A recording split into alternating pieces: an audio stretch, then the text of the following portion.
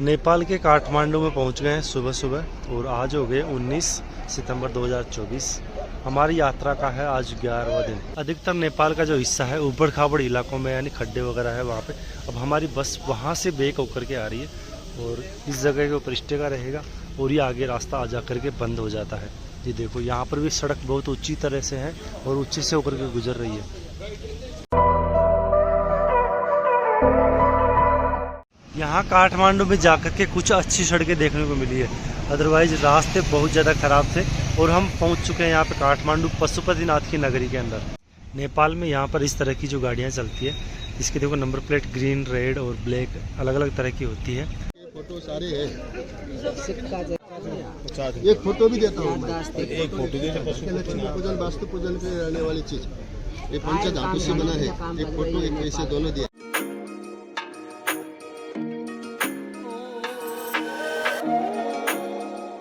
अब जा रहे हैं हम पशुपतिनाथ मंदिर में दर्शन करने के लिए। ये इसका एक पहला गेट आ चुका है, वैसे बहुत सारे इसमें गेट बने हुए हैं।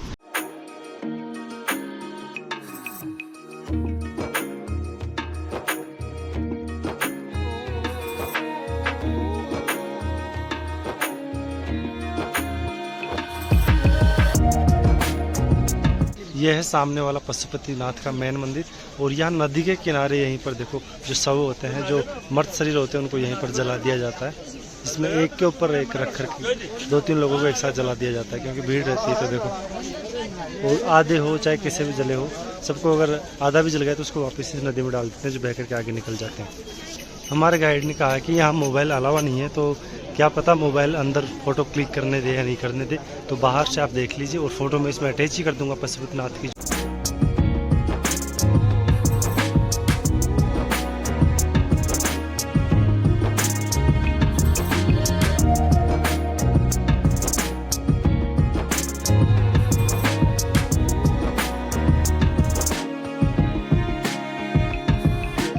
यहाँ की सड़कों की देखो साफ सफाई अच्छी है।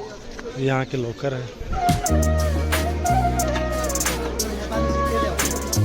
यहाँ के देखो ये पेड़ देखो अब किस तरह के हैं, और ये इधर भी देखो, इनकी बनावट ही अलग तरह की है। छतरी के जैसे पेड़ है पूरे। बिल्कुल भी मिट्टी का कहीं पर भी कुछ कण नहीं मिलेंगे आपको। चारों तरफ देखो साफ सफाई कितनी है यहाँ पे। अब ये मंदिर के लिए हम प्रवेश कर रहे हैं। ये अब मंदिर का परिसर आ चुका है पूरा। यहाँ पर तो ध्वनि सुनाई दे रही है, जैसे हम योग प्राणायाम करते हैं उस वक्त बिल्कुल ओम की ध्वनि सुनाई दे रही है, तो बहुत ही मन को एकदम पॉजिटिव वाइब्स दे रही है।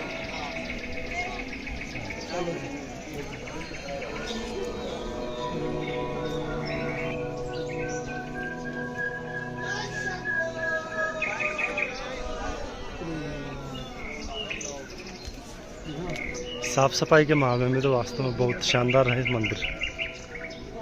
पूरे विश्व भर के लोग यहाँ पे आते हैं, तो साफ सफाई भी रखेंगे। ये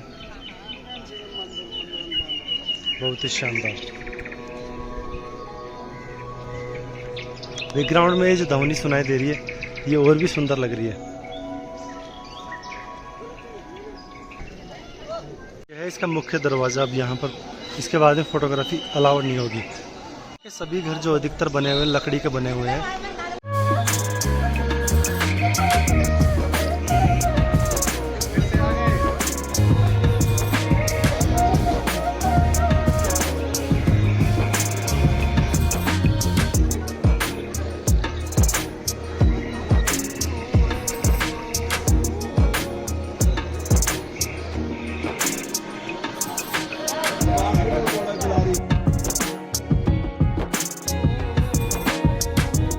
A few moments later.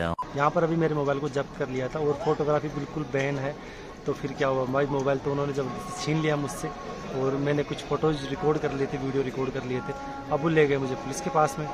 तो फिर पुलिस वालों ने ये कहा कि मैं बताया कि यार मैं तो प्रेस वगैरह से हूँ, ऐसे। तो बोले फिर भी आपको फोटोग्राफी अलावा नहीं है, तो आपने क्यों क्लिक की? और ठीक है भाई क्लिक की तो उसको डिलीट कर दो, तो उन्होंने डिलीट कर दी। अब उसके बाद में फिर उन्होंने बोले कि आप बाहर जाओ मंदिर से। बोले मैं नहीं जाऊँगा, दर्शन करूँगा। मैं भी अट गया, थोड़ा बहुत आ ही जाता गुस्सा यार। फिर अपने एक बार सबूत पिटाने के बाद में तो अपन भी राजा ही है भाई यहाँ के। तो फिर उसके बाद में उन्होंने मेरे पीछे 2 पुलिस वाले लगा दिए। मैं कम से कम 10 मिनट तक उसको उसी मंदिर के परिधि के अंदर घुमाता रहा। वो मैं जिधर जाऊँ उधर ये देख ले कहीं फ़ोन ना निकाल ले वो करें। फिर मैंने सोच लिया था कि चलो फ़ोन तो नहीं निकालेंगे और फ़ोटोज़ भी क्लिक नहीं करेंगे, पर ठीक है चलो। लेकिन उनको बड़ा परेशान कर दिया मैंने। पर यार ये क्या बात हुई कि फ़ोटोग्राफी तो जबकि करनी चाहिए, वो इसलिए क्योंकि वहाँ पर जो मंदिर की मैंने नक्काशी देखी ना, लकड़ी से बनाया हुआ पूरा मंदिर और लकड़ी के ऊपर पूरी इस तरह से चित्रकारी की हुई है। शिव जी का जो शिवलिंग है उसके 4 मुख है, यहाँ पर चारों दिशाओं में 4 दरवाजे हैं। वहाँ पे चारों दिशाओं से लोग घूम जाते हैं, उसमें वहाँ पे दर्शन करते हैं। लेकिन मंदिर की फ़ोटोग्राफी ऐसे बैन नहीं करनी चाहिए। वीडियो यार चीज़ें वायरल होती है, लोग ज़्यादा आते हैं यहाँ पे घूमने करने के लिए, तो और कई लोग बोलते हैं कि इससे आतंकवादी हमले बढ़ते हैं। ऐसा कुछ नहीं है, तो अपनी सोच होती है। और बढ़ते हैं तो आतंकवादी के लिए, चोरों के लिए कोई ताले या कोई दरवाजे नहीं हुआ करते। मंदिर का जो अंदर का दृश्य था वो अच्छा था, मुझे अच्छा लगा। लेकिन फिर भी अगर इंटरनेट से कहीं क्लिक होता है, कहीं मिलती है, तो मैं आपको उसमें अटैच करके दिखा दूँ।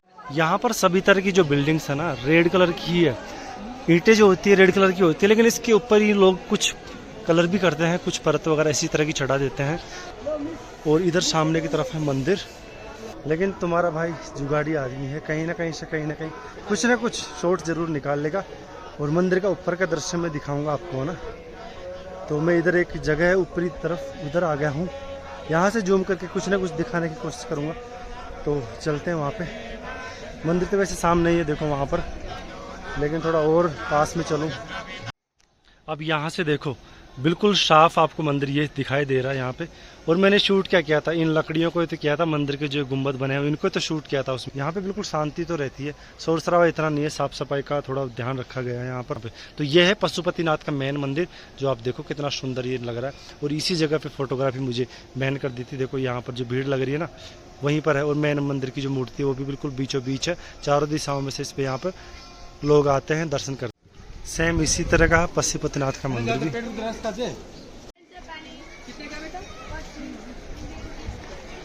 कितनी सारी सीढ़ियाँ बनी हुई है। राजस्थान जयपुर से। नेपाल वालों का पूरा खर्चा ही भारत के लोगों की वजह से चलता है। यहाँ पर्यटन अगर इंडिया के आने बंद हो जाए ना तो ये देश मोस्टली भूखा मरे।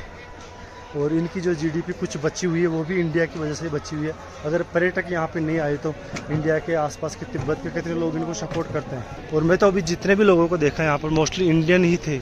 यहाँ पे इधर की तरफ कोई देवी का मंदिर है, उसके भी दर्शन करने होते हैं, तो उसके दर्शन करने के लिए हम जा रहे हैं। यहाँ पे देखो छोटे बड़े कितने सारे मंदिर बने हुए हैं, बहुत सारे।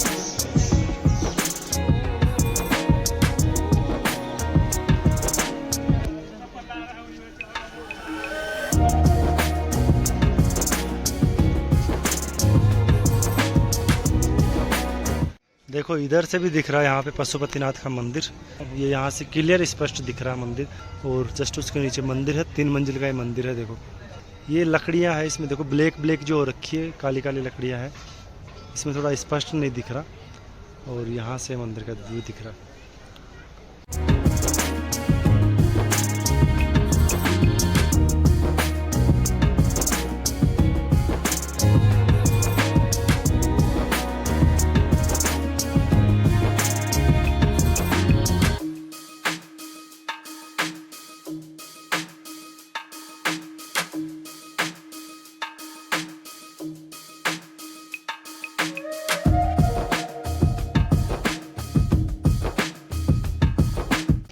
ये दोस्तों पूरा जो मंदिर है चांदी का है। और उधर देखो नक्काशी जो की हुई है वो लकड़ी की है। ऐसा ही उसमें पशुपतिनाथ मंदिर में है। ये जो माता का मैं मंदिर बता रहा था वो मंदिर आ चुका है। आधे घंटे के लिए भी बंद है, कुछ प्रसादी भोग प्रसादी इसमें चल रही है। ये चांदी की परत है, देखो पूरी चांदी की। इस पर नक्काशी देखो किस तरह से की हुई है। और पूरे मंदिर के चारों तरफ है। और कई जगहों पे जैसे जो कोई जल वगैरह चढ़ा देते हैं तो कलर वगैरह भी थोड़ा फॉल्ट आपको दिख रहा है यहाँ पे। पूरे पे देखो जहाँ फोकस आ रही थी अब यहाँ अलग कलर है। ये तो देखिए प्रॉपर पूरी चांदी है, देख लो। और देखो इस लकड़ी के ऊपर नक्काशी देखो कितनी बढ़िया नक्काशी की हुई है। इधर की तरफ भी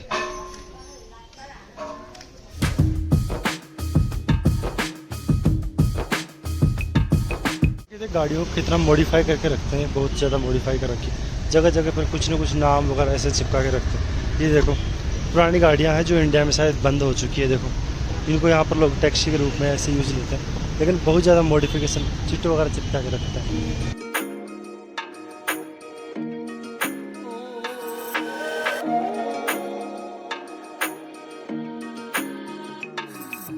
मार्केट कुछ इस तरह का होता है। देखो प्रसाद वगैरह में बेचते हैं, और रुद्राक्ष जो हमारी तरफ बहुत महंगे होते हैं वो यहीं पर प्रसाद में दे देते हैं लोग, क्योंकि इनके रुद्राक्ष की खेती होती है। यहाँ पर बहुत सारे पेड़ यहाँ पे रुद्राक्ष के पाए जाते हैं। अभी देखो ये किस तरह से कमंडल बना रखे हैं रुद्राक्ष के। पूरा का पूरा जो मार्केट है देखो। एक चीज़ है कि नेपाल के अंदर जो औरतें हैं या फिर लड़कियाँ हैं सुंदर बहुत है। कारण यह है कि यहाँ पर जो खाने पीने की चीज़ें हो सब कुछ नेचुरल मिलती है। यहाँ पर कोई फैक्ट्रियाँ वगैरह नहीं है, ताकि कोई चीज़ की कॉपी भी अगर बनाए, कुछ डुप्लीकेट ही बनाए, तो वो यहाँ पर ऐसी चीज़ मिलेगी नहीं। तो उनको ऑर्गेनिक खाना मिलता है, सब चीज़ें बिल्कुल अच्छी मिलती है, हेल्दी फूड मिलता है। साथ ही मेहनत भी करते हैं, पहाड़ों में चढ़ना करना, और फिर मेहनत करते हैं दिन भर। यहाँ पर चाहे छोटे बच्चे हो या फिर बड़ी लड़कियाँ हो या फिर औरतें हो, सब दुकानों पर बैठते हैं। तो कहीं ना कहीं उनका जो दिनचर्या इसी तरह से बनी हुई है। ज़्यादा उम्र हो जाती है तब पहनते हैं। इसे थोड़ी होशियार है ना, जो थोड़ी सी मामूली थोड़ा सा बड़ा। ये कितने की है? आपको रोज पहनना है तो बारीक वाला पहन लीजिए। ये आपका सबसे फायदा करने वाला रुद्राक्ष है, बहुत सारे बीमारियां दूर कर देता है। डॉक्टर लोग बोलते हैं आपका देखो जो 108 का माला मुट्ठी का अंदर बैठने वाला माला सबसे शक्तिशाली होता है, और बुढ़ापे में बहुत काम आता है। क्यों? बुढ़ापे में सबसे ज़्यादा ब्लड प्रेशर, बीपी का रोग और आपका हार्ट अटैक बोलते हैं ना, तो उन लोग के लिए शरीर के लिए फायदा। रुद्राक्ष ये है, और देखो जो कॉपी आते हैं वो रुद्राक्ष इस तरह के होते हैं। इसके बारीक अगर मूंगे देखोगे तो आप देखो कहीं ना कहीं प्लास्टिक के जरूर लगेंगे आपको। और ओरिजिनल के देखो आप बिल्कुल बारीकी से, ओरिजिनल की तो पहचान ही अलग होती है। शालिग्राम पत्थर भी भगवान भी है यहाँ पे।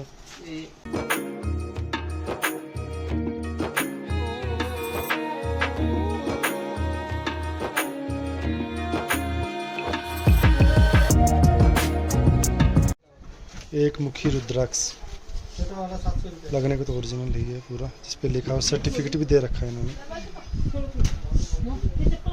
ये शेवाल जो पत्थर होते हैं वो देखो इस तरह से, इन पे शेल बनी हुई है, शेप बनी हुई है इस तरह की, बिल्कुल पैक हो गया। और इसको खोलते हैं ना तो इसको देखो यहाँ से, ये जो सेम मूर्ति ऐसी कैसी पशुपतिनाथ में है। उन्होंने फोटोग्राफी नहीं करनी थी, लेकिन बाहर की तरफ ऐसी मिल गई है, तो यही तस्वीर मान लीजिए आप।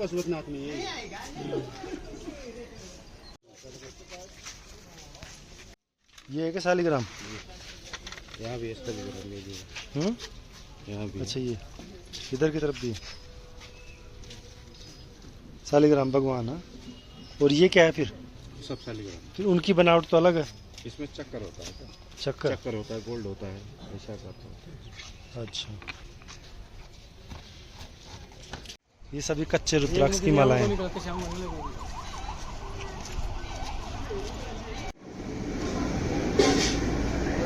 भारत के लोगों ने नेपाल के लिए एक मिथ बना रखा है कि यहाँ पर लड़कियाँ अगर अकेले मिलोगे आप तो उन्हें वो आपको पकड़ करके ले जाएगी और आपको लूट लेगी या आपके साथ कुछ गलत कर लेगी। लेकिन भाई मैं देख लो पूरा अकेला घूम रहा हूँ, और पिछले कई टाइम से घूम रहा हूँ। मुझे पता है यार अपन ठीक रहेंगे तो कोई कुछ अपना नहीं बिगाड़ पाएगा, और ना ही तो मुझे कोई ऐसा मिला और ना ही कोई ऐसी कोई बात हुई। लेकिन लोग हैं जो बातें बना देते हैं। हाँ, ये जरूर देखने को मिली है कि यहाँ की लड़कियाँ सुंदर है, लड़कों के मुकाबले लेडीज़ें बहुत सुंदर है। इसका रीज़न ये है कि मेहनत करती है, और मेहनत करती है, मार्केट में निकलती है, और किसी के ऊपर आश्रित नहीं होती। वो बिल्कुल इंडिपेंडेंट है, खुद के ऊपर कमाती है और बढ़िया खुद पे खर्च करती है, कसरत करती है, मेहनत करती है, पहाड़ों पे चढ़ती है। पहाड़ी इलाका इधर, तो इस वजह से खान पीन अच्छा रहता है उनका, तो यही कारण रहता है। और लोग उन्हें देख लेते हैं दुकानों के ऊपर बैठे हुए, तो यार अच्छी बात है ना कि अपने घर वालों की हेल्प कर रही होती है, और घर वालों की हेल्प करती है। तो एक अकेला आदमी कमाने वाला हो और एक साथ घर में पूरे लोग कमाने वाले हो, तो उससे ऑटोमेटिकली जीडीपी तो बढ़ेगी ही ना। देश भर की सबसे ज़्यादा जो है अर्थव्यवस्था इसकी नेपाल की खराब हो रखी है, तो सपोर्ट मिलता है उन चीज़ों को, इसलिए समझदार है नेपाल के लोग। बाकी लोग हैं, तरह तरह के लोग हैं, तरह तरह की बातें करते हैं। जब आपके साथ कुछ ऐसा इंसिडेंस हो तब उस चीज़ को सच मानना, लेकिन यह है कि मूर्ख भी नहीं बन करके रह जाना है। इस जगह के ऊपर सावधान भी रहना पड़ता है। तो मेरे साथ में अभी ऐसी कोई बात हुई नहीं है। तो देखो यहाँ पर ये तो रही बोलेरो पिकअप, ये रही टाटा की टियागो। तो यहाँ पर जैसे अपने इंडिया की है ना बहुत सारी गाड़ियाँ, बहुत सारी मोस्टली गाड़ियाँ जो इंडिया की है, और यहाँ पर इसकी यहाँ पर मैन्युफैक्चरिंग नहीं है नेपाल में अभी तक, ना ही कोई ऐसा कोई फैक्ट्री इलाका है। सब चीज़ें बाहर से इम्पोर्ट होती है यहाँ पर, और होगी भी ना जिसमें बहुत कम है यहाँ का। देखो दोस्तों, नेपाल के मैं आपको करेंसी बताता हूँ। ये है 500 का नोट, ये है 100 के नोट, और ये भी 100 रुपये का नोट है, ये 50 रुपए का है, और ये 20 का, ये 20 का, और ये 10 का, ये 50। यहाँ से अब सीधे जा रहे हैं हम जनकपुर के लिए।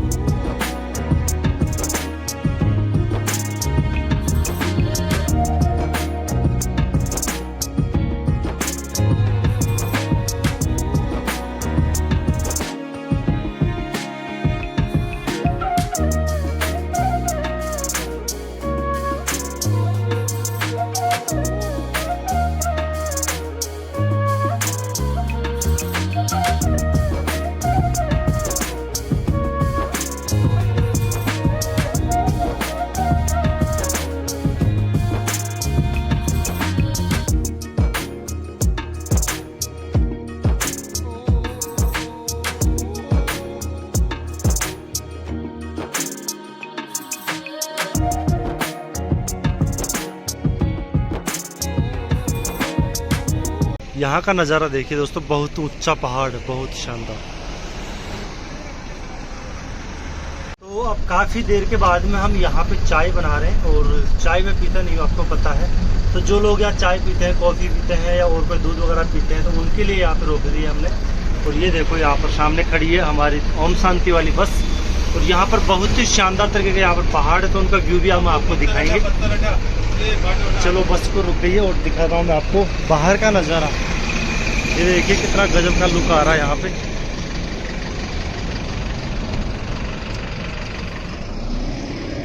बहुत अद्भुत है, बहुत ही शानदार नज़ारे देखिए यहाँ के, बहुत रोमांचक नज़ारे। देखो इस वक्त जो आकाश के अंदर से देखो वहाँ से किरणें कैसी निकल रही है, और नीचे अलग कलर का देखो, बहुत ही शानदार है।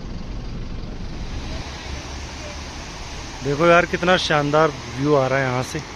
नीचे की तरफ नदी बह रही है, यहीं पर खेत हो और यहाँ पर घर बने हो, और देखो कितना ऊंचे ऊंचे पहाड़ हो यहाँ पर, कितना शानदार नज़ारा आ रहा है यहाँ का। और उस नदी में देखो वहाँ पर जो लोग हैं शायद पानी भर रहे होंगे या उसको क्रॉस कर रहे हैं, लेकिन वास्तव में अद्भुत नज़ारा है यहाँ का। नेपाल की तरफ और उत्तराखंड की तरफ ऐसी हज़ारों नदियाँ मिलती है। इसमें देखो यहाँ पर गन्ने के पौधे लगे हुए हैं, और यहाँ पर धान है, धान मीन्स चावल के पौधे यहाँ पर है। जैसे अपनी तरफ बाजरा करते हैं तो यहाँ पे चावल करते हैं। यहाँ पर बांस के जो पौधे हैं वो लगे हुए हैं, धान के पौधे इधर भी। और इस पहाड़ों के ऊपर, बहुत ऊंचे ऊंचे पहाड़ों के ऊपर बहुत बड़े बड़े यहाँ पर पेड़ देखने को मिलेंगे। भाई ये लोग जन्नत में रहते हैं वास्तव में, हकीकत में हम कुछ नहीं है, शहरों में रहते हैं, लेकिन असली जो स्वर्ग है ना वो वास्तव में यहाँ पर है।